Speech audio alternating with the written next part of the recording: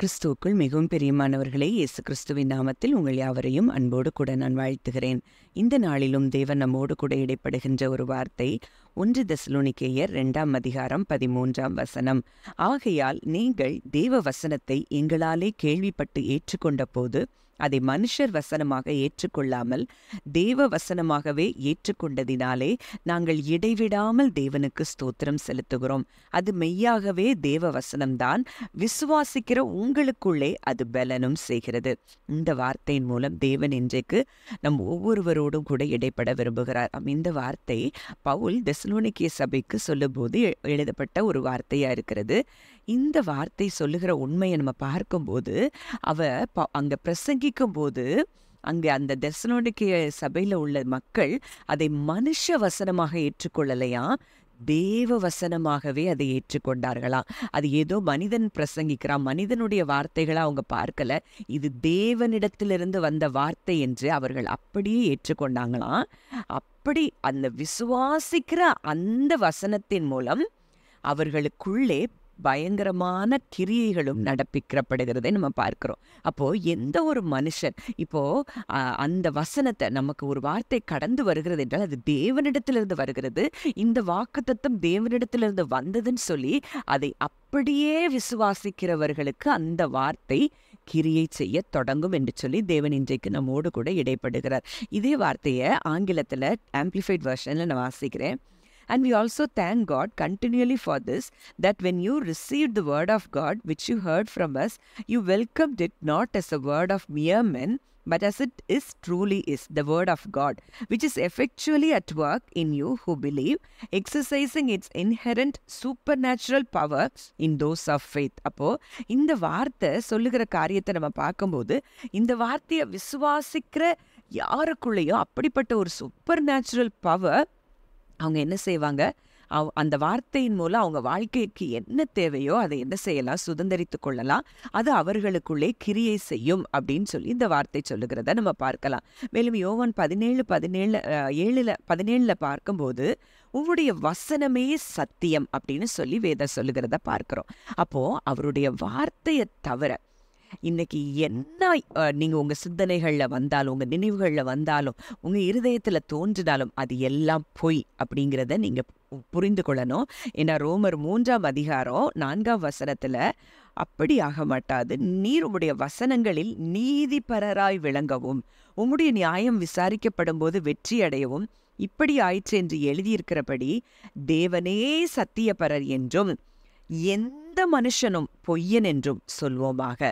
அப்போ இன்னைக்கு தேவன் மாத்திரம்தான் சத்தியபரர், அவருடைய வார்த்தை மாத்திரம்தான் சத்தியம் அப்படின்னு விசுவாசிக்கிறவங்களுக்கு அந்த வார்த்தை அவர்கள் வாழ்க்கையில கிரியை செய்கிறதை நம்ம பார்ப்போம். அப்போ இன்றைக்கு நீங்களும் நானும் எப்படி இருக்கிறோங்கிறத நம்ம ஆராய்ந்து பார்க்கணும்.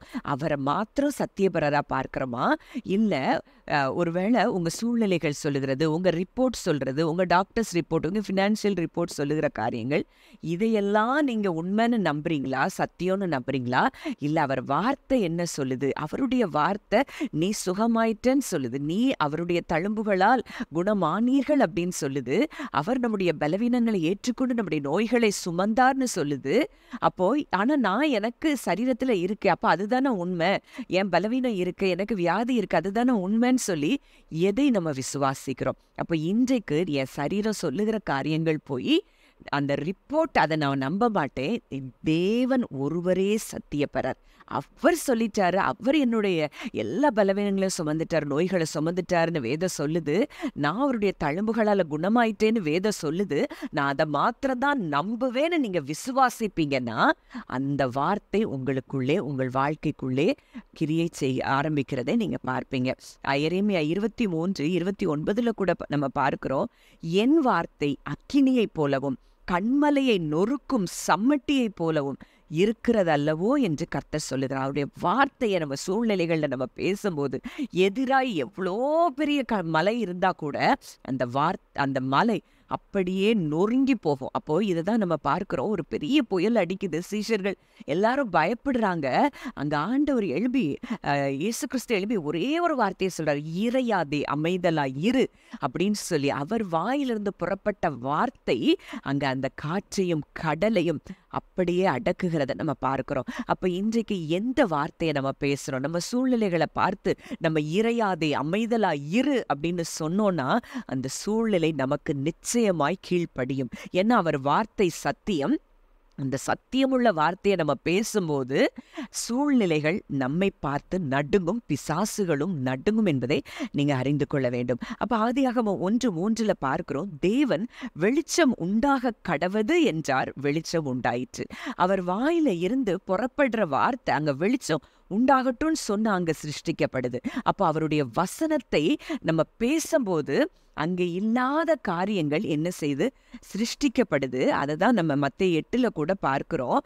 அங்க 100க்கு அதிபதி, நீர் ஒரு வார்த்தை மாத்திரம் சொல்லும் என் வேலைக்காரன் சொஸ்தமாவான். நீங்க வர வேண்டாம், என் வேலைக்காரனை தொட வேண்டாம், நீங்க ஒரு வார்த்தை மாத்திரம் சொல்லுங்க, என் வேலைக்காரன் பிழைப்பான். அப்போ இயேசு சொல்றாரு, இஸ்ரவேலருக்குள்ளும் நான் இப்படிப்பட்ட விசுவாசத்தை காணவில்லை. அப்ப எங்க அந்த இடத்துல அந்த வார்த்தையை சொல்றாருன்னா, அவருடைய வார்த்தைய யார் ஒருவன் அந்த அளவுக்கு நம்புகிறானோ அவனுடைய விசுவாசம்தான் அங்கே பெரிதாகிறது அப்படிங்கிறத நம்ம பார்க்கிறோம். அப்போ அதே மாதிரி தான் அங்க பிசாசு இயேசுவை சோதிக்கும் போதும் ஒவ்வொரு சோதனையும் தேவனுடைய வார்த்தையின் மூலம் அவர் ஜெயிக்கிறத நம்ம பார்க்கிறோம். இன்றைக்கு உங்களுக்கு சூழ்நிலைகள்ல எதிராக என்ன போராட்டங்கள் இருந்தாலும் அந்த போராட்டங்களை பார்க்காதீங்க, சூழ்நிலைகளை பார்க்காதீங்க, அந்த வார்த்தையை எடுத்து பேசுங்க. அவன் பயந்து நடுங்கி உங்களை விட்டு உங்க குடும்பங்களை விட்டு ஓடுகிறதை இன்றைக்கு நீங்க பார்ப்பீங்க. ஜெபிக்கலாம். நல்ல தகப்பனே, நன்றியோடு உம்மை துதிக்கிறோம், ஸ்தோத்தரிக்கிறோம். அப்பா, இந்த நாளிலும் அப்பா நாங்கள் உம்முடைய வார்த்தையை தேவ வசனமாகவே ஏற்றுக்கொள்ள எங்களுக்கு கிருபை தாங்க. பரிசுத்தாவியானவரே, எங்களுக்கு அதுக்கு நீங்க உதவி செய்யுங்கப்பா.